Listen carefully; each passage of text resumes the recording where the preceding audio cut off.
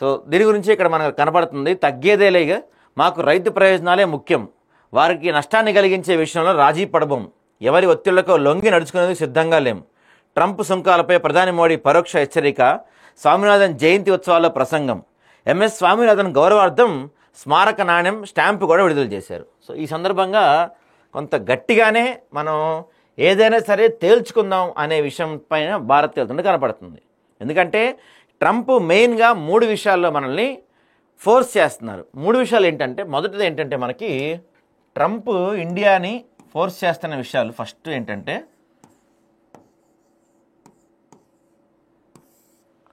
మొదటిది, మనం రష్యా దగ్గర ఆయిల్ కొంటున్నాం, ఈ ఆయిల్ కొనొద్దు, ఈ క్రూడ్ ఆయిల్ ఏదైతే ఉందో ఈ ఆయిల్ రష్యా నుంచి కొనొద్దు, మా దగ్గర నుంచే కొనాలి అంటాడు. రెండోది ఏంటంటే, మనం రష్యా దగ్గర నుంచి పెద్ద ఎత్తున ఆయుధాలు కొంటూ ఉంటాం, ఫైటర్ జెట్స్ లాంటివి, ఇట్లాంటివన్నీ కూడా మనం రష్యా నుంచి కొంటుంటాం, ఇవన్నీ కొనొద్దు.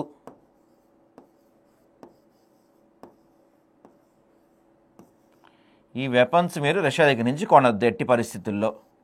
మూడవది మెయిన్ థింగ్ ఏంటంటే డైరీ ప్రొడక్ట్స్. డైరీ ప్రొడక్ట్స్ మనం ఎక్కడి నుంచి దిగుమతి చేసుకోం.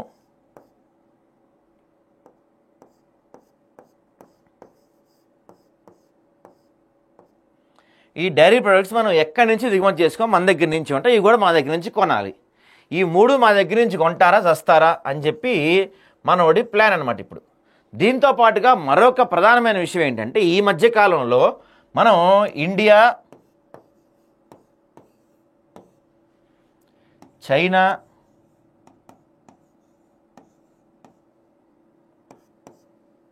ప్లస్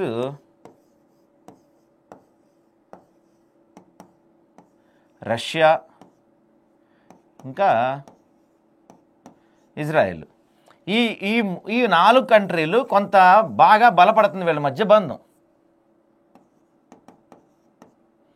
ఈ 4 కంట్రీల మధ్య బంధం బలపడుతుంది. ఈ 4 కంట్రీలు కలిస్తే ఈ కంట్రీకి పెద్ద దెబ్బ పడిపోద్ది అనమాట. ఎందుకంటే ఈ 4 కలిసి ఒక కొత్త డాలర్, అంటే ఈ డాలర్కి ప్రత్యామ్నాయంగా ఒక కొత్త ఆర్థిక వ్యవస్థను ఏర్పాటు చేద్దామని ప్లాన్ చేసినాయి. అంతేకాదు అన్ని విషయాల్లో కూడా ఈ ట్రంప్ వచ్చిన దగ్గర నుంచి అందరినీ బెదిరిస్తున్నాడు, ఇష్టం వచ్చినట్టు సుంకాలు వేస్తున్నాడు, ప్రతిదానికి బెదిరిస్తున్నాడు. అసలు ట్రంప్ మాట మనం ఎందుకు వినాలి, మనందరం కలుద్దామని చెప్పి ఈ 4 దేశాల కూటమిగా ఫామ్ అయ్యి పెద్దగా ప్రభావం, వీటితో పాటు యూకే కూడా ఉందనుకోండి, ఇవన్నీ ఈ దేశాలు మొత్తం కలిసి బ్రిక్స్ దేశాలు అంటారు వీటన్నింటినీ, ఇవన్నీ కలిపి ఒక పెద్ద ఆర్థిక వ్యవస్థగా మారి ట్రంప్ని ఎదిరిద్దామని ప్లాన్ చేస్తుంది. ఇది కూడా ట్రంప్కి మింగుడుపడని అంశం అనమాట.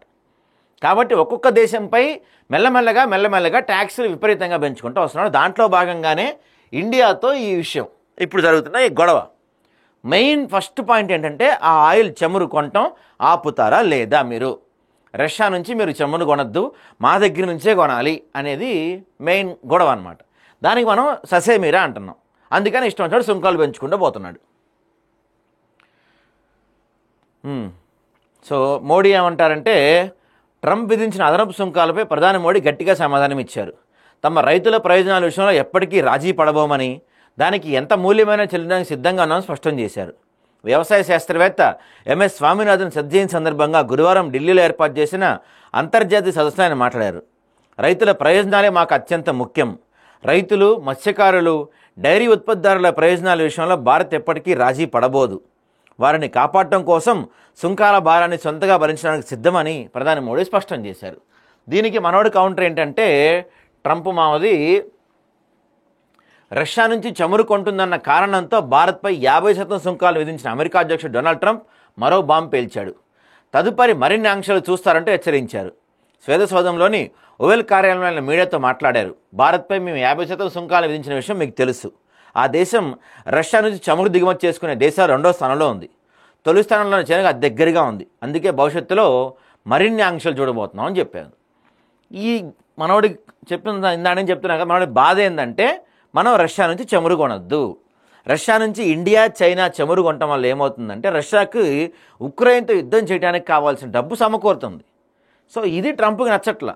ఎట్లయినా దాన్ని ఆపాలంటే సుంకాలు విధించాలి, ట్యాక్సులు పెంచి పడదబ్బాలి, అప్పుడు దారికి వస్తారు అనేది ట్రంప్ ప్లాన్.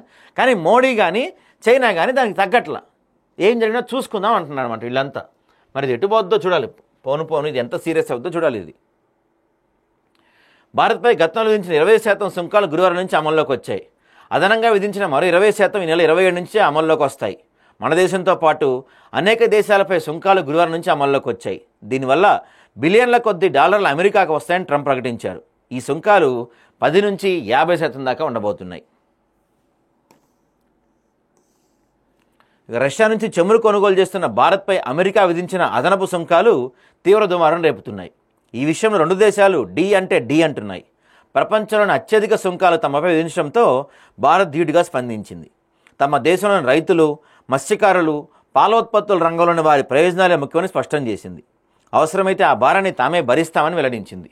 మరోవైపు భారత్పై మరిన్ని ఆంక్షలు విధిస్తామని అమెరికా అధ్యక్షుడు ట్రంప్ ప్రకటించారు. ఇక ఆయన విధించిన సుంకాలు గురువారం నుంచి అమల్లోకి వచ్చాయి. దీనివల్ల అమెరికాలో కొన్ని ధరలు పెరగబోతున్నాయి. అయితే అమెరికా అదనపు సుంకాల వల్ల రెండు దేశాల మధ్య తలెత్తిన వివాదం తాత్కాలికమేనని, త్వరలో సమసిపోతుందని ప్రవాస భారతీయ సంఘాలు అభిప్రాయపడ్డాయి. చర్చలు ఫలించి త్వరలో ఒప్పందం కుదరబోతుందని ఆశాభావం వ్యక్తం చేశాయి. 50 లక్షల మంది ప్రవాస భారతీయులు అమెరికా అభివృద్ధిలో భాగస్వామ్యంగా ఉన్నారని పేర్కొన్నారు. సిగ్గుండొద్దా మాట చెప్పడానికి? సిగ్గుండొద్దా అండి? 50 లక్షల మంది భారతీయులు కలిసి అమెరికా అభివృద్ధిలో కీలక పాత్రలో ఉన్నారంట. ఆడేమో మనల్ని ఆడుకుంటున్నాడు. మీరు పోయి అక్కడ ఊడిగం చేస్తున్నారు. మీరు పోయి ఏమన్నా కొంతన్నా ఉండాలి కదా. భారతీయ ఉత్పత్తులపై 50% సుంకాలను వేయడాన్ని ఇండియన్ అమెరికన్ల నేత బైడెన్ మాజీ సలహాదారు అజయ్ బుటేరే ఖండించారు. అమెరికాలో తక్కువ ధరకు లభించే 50% జనరిక్ మందులను భారత్ సరఫరా చేస్తుంది. ఈ సుంకాలు వాటి ధరలను పెంచుతాయి. దీనివల్ల అమెరికాలో కుటుంబాలు, సీనియర్ సిటిజన్లు భారీగా నష్టపోతాయి. ఇంకా చిన్న చిన్న వ్యాపారులు ఇబ్బంది పడతారు. మసాలా దినుసులు, పప్పులు, దీపావళి దుస్తుల ధరలు పెరుగుతాయని ఆయన పేర్కొన్నారు. దుస్తులు, పాదరక్షల ధరలు 37% దాకా పెరగచ్చని అభిప్రాయపడ్డారు. తర్వాత ట్రంప్ని విలేకరులు ప్రశ్నలు అడిగారంట. రష్యా, ఉక్రెయిన్ల మధ్య ఒప్పందం కుదిరితే భారత్పై సుంకాలను తగ్గిస్తారా అంటే ఆ విషయం గురించి తర్వాత ఆలోచిస్తాం. ఇప్పుడైతే 50% చెల్లించాల్సిందే. చైనా, టర్కీ కూడా రష్యా నుంచి చమురు కొంటున్నాయి కదా, మరి ఒక్క భారత్ని ఎందుకు టార్గెట్ చేసుకున్నారు? మేము భారత్పై సుంకాలు విధించి 8 గంటలే అయింది కాబట్టి తదుపరి ఏం జరుగుతుందో చూద్దాం.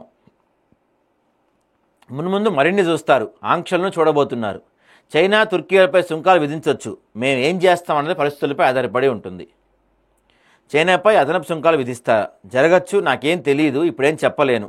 మరో 2 అదనపు సుంకాలు విధించే అవకాశం ఉంది. అందులో చైనా కూడా ఉండొచ్చు అని చెప్తున్నాడు. అంటే ఈయన ట్రంప్ మాట్లాడే ప్రతి మాట కూడా ఎంతో పొగరుగా, అహంకారంతో మాట్లాడుతున్నాడు అనమాట. మరి ఆ పొగరుకి, అహంకారానికి సమాధానం చెప్పగల దమ్ము ప్రపంచంలో ఇండియా దగ్గర ఒక్క దగ్గరే ఉంది. ఎందుకంటే అమెరికాలో దాదాపుగా భారీ స్థాయిలో ఇండియన్స్ ఉన్నారు. మరి మీరు అక్కడ సహాయ నిరాకరణ చేయటం కానీ, లేకపోతే మీరంతా ఇండియాకి వచ్చేసి ఇక్కడ డెవలప్ చేయటం కానీ ఏదైనా చేస్తే మీరు నుంచి అక్కడ ఒత్తిడి ఏమైనా తీసుకొస్తే కొంత మార్పు వస్తుంది. మీరు అక్కడికి పోయి ఊడిగం చేస్తూ ఉంటే ఏం మార్పు వస్తుందండి? ఏం మార్పు రాదు కదా. కానీ మారాలి పరిస్థితులు అయితే. ఎందుకంటే ఈ అమెరికా ఇండియా మీద ఇలాంటి దాన్ని ఏమంటారు, సవతి ప్రేమ చూపించడం ఇది ఫస్ట్ టైం ఏం కాదు. ఎప్పుడు ధృతరాష్ట్రుడి కౌగులి అంటారు చూసారా, అలా మనల్ని హక్ చేసుకున్నట్టే చేసుకుంటుంది. కానీ వెనకాల నుంచి కత్తిపెట్టి పొడిచేది అమెరికానే. మనకి ఎంతో కాలంగా అత్యంత విలువైన, అత్యంత నమ్మదగ్గ మిత్రుడు ఎవరైనా ఉన్నారంటే అది రష్యా కానీ, ఇజ్రాయెల్ కానీ. కాబట్టి అమెరికా కోసం రష్యాని మనం ఏం పక్కన పెట్టవసరం లేదు. ఖచ్చితంగా రష్యా మనకి ఎప్పుడు అండగా ఉంటుంది. రష్యా మనకి నమ్మదగ్గ మిత్రుడు. కాబట్టి ట్రంప్నే దారిలో తెచ్చుకోవాలి. ఇది ఒకసారి 2 సార్లు చేసి మూసేసేది కాదు ఈ పరిస్థితి. ఒక బలంగా మరోసారి భవిష్యత్తులో భారత్ జోలికి రాకూడదు, ఇట్లాంటి సుంకాలు విధిస్తాం కానీ ఇట్లాంటి బెదిరింపులకు పాల్పడకుండా ఉండాలంటే ట్రంప్కి ఏదైనా గట్టిగా, అంటే ట్రంప్ కంటే అమెరికాకి ఏదైనా గట్టి బుద్ధొచ్చేలా చెప్పాలి. ఎందుకంటే ఆ అమెరికా తోక వంకర, మనతో ఉన్నట్టే ఉంటుంది, మనతో వ్యాపారం చేస్తున్నట్టే చేస్తుంది. ఆ డబ్బులు మొత్తం తీసుకెళ్ళి పాకిస్తాన్కి హెల్ప్ చేస్తూ ఉంటుంది అమెరికా. పాకిస్తాన్కి ఆ ఉగ్రవాద దేశాలని పెంచి పోషించేది అమెరికానే. కాబట్టి ఈసారి తీసుకోబోయే డెసిషన్ కొంత ఇబ్బంది అయినా సరే బలమైన డెసిషన్ తీసుకోవాలి. ఇంకెంతకాలం అమెరికా ఊడిగం చేస్తాం మనం? ఎంతకాలం అమెరికా ప్రపంచ పెద్దన్నగా ఉంటుంది? చిన్నప్పటి నుంచి అంటున్నాం అమెరికా పెద్దన్న, అమెరికా పెద్దన్న అని. మన దగ్గర ఏం తక్కువ? మన దగ్గర ఇండియన్స్కి ఏం తక్కువ? అన్నీ మనం make in India, made in India products మనమే వాడుకుంటే ఎందుకు మనం అమెరికా ముందు సాగవలసిన అవసరం ఏముంది? ప్రతి వాళ్ళు ఉద్యోగాల కోసం ఇందాక అని చెప్తుండే 50 లక్షల మంది పోయి అక్కడ అమెరికా డెవలప్మెంట్ కోసం పనిచేస్తున్నామని సిగ్గుంటుందా చెప్పడానికి? ఆ 50 లక్షల మంది ఇండియా డెవలప్ చేయండి. కానీ దీనికి ఒక ఎండ్ పాయింట్ అయితే రావాలి.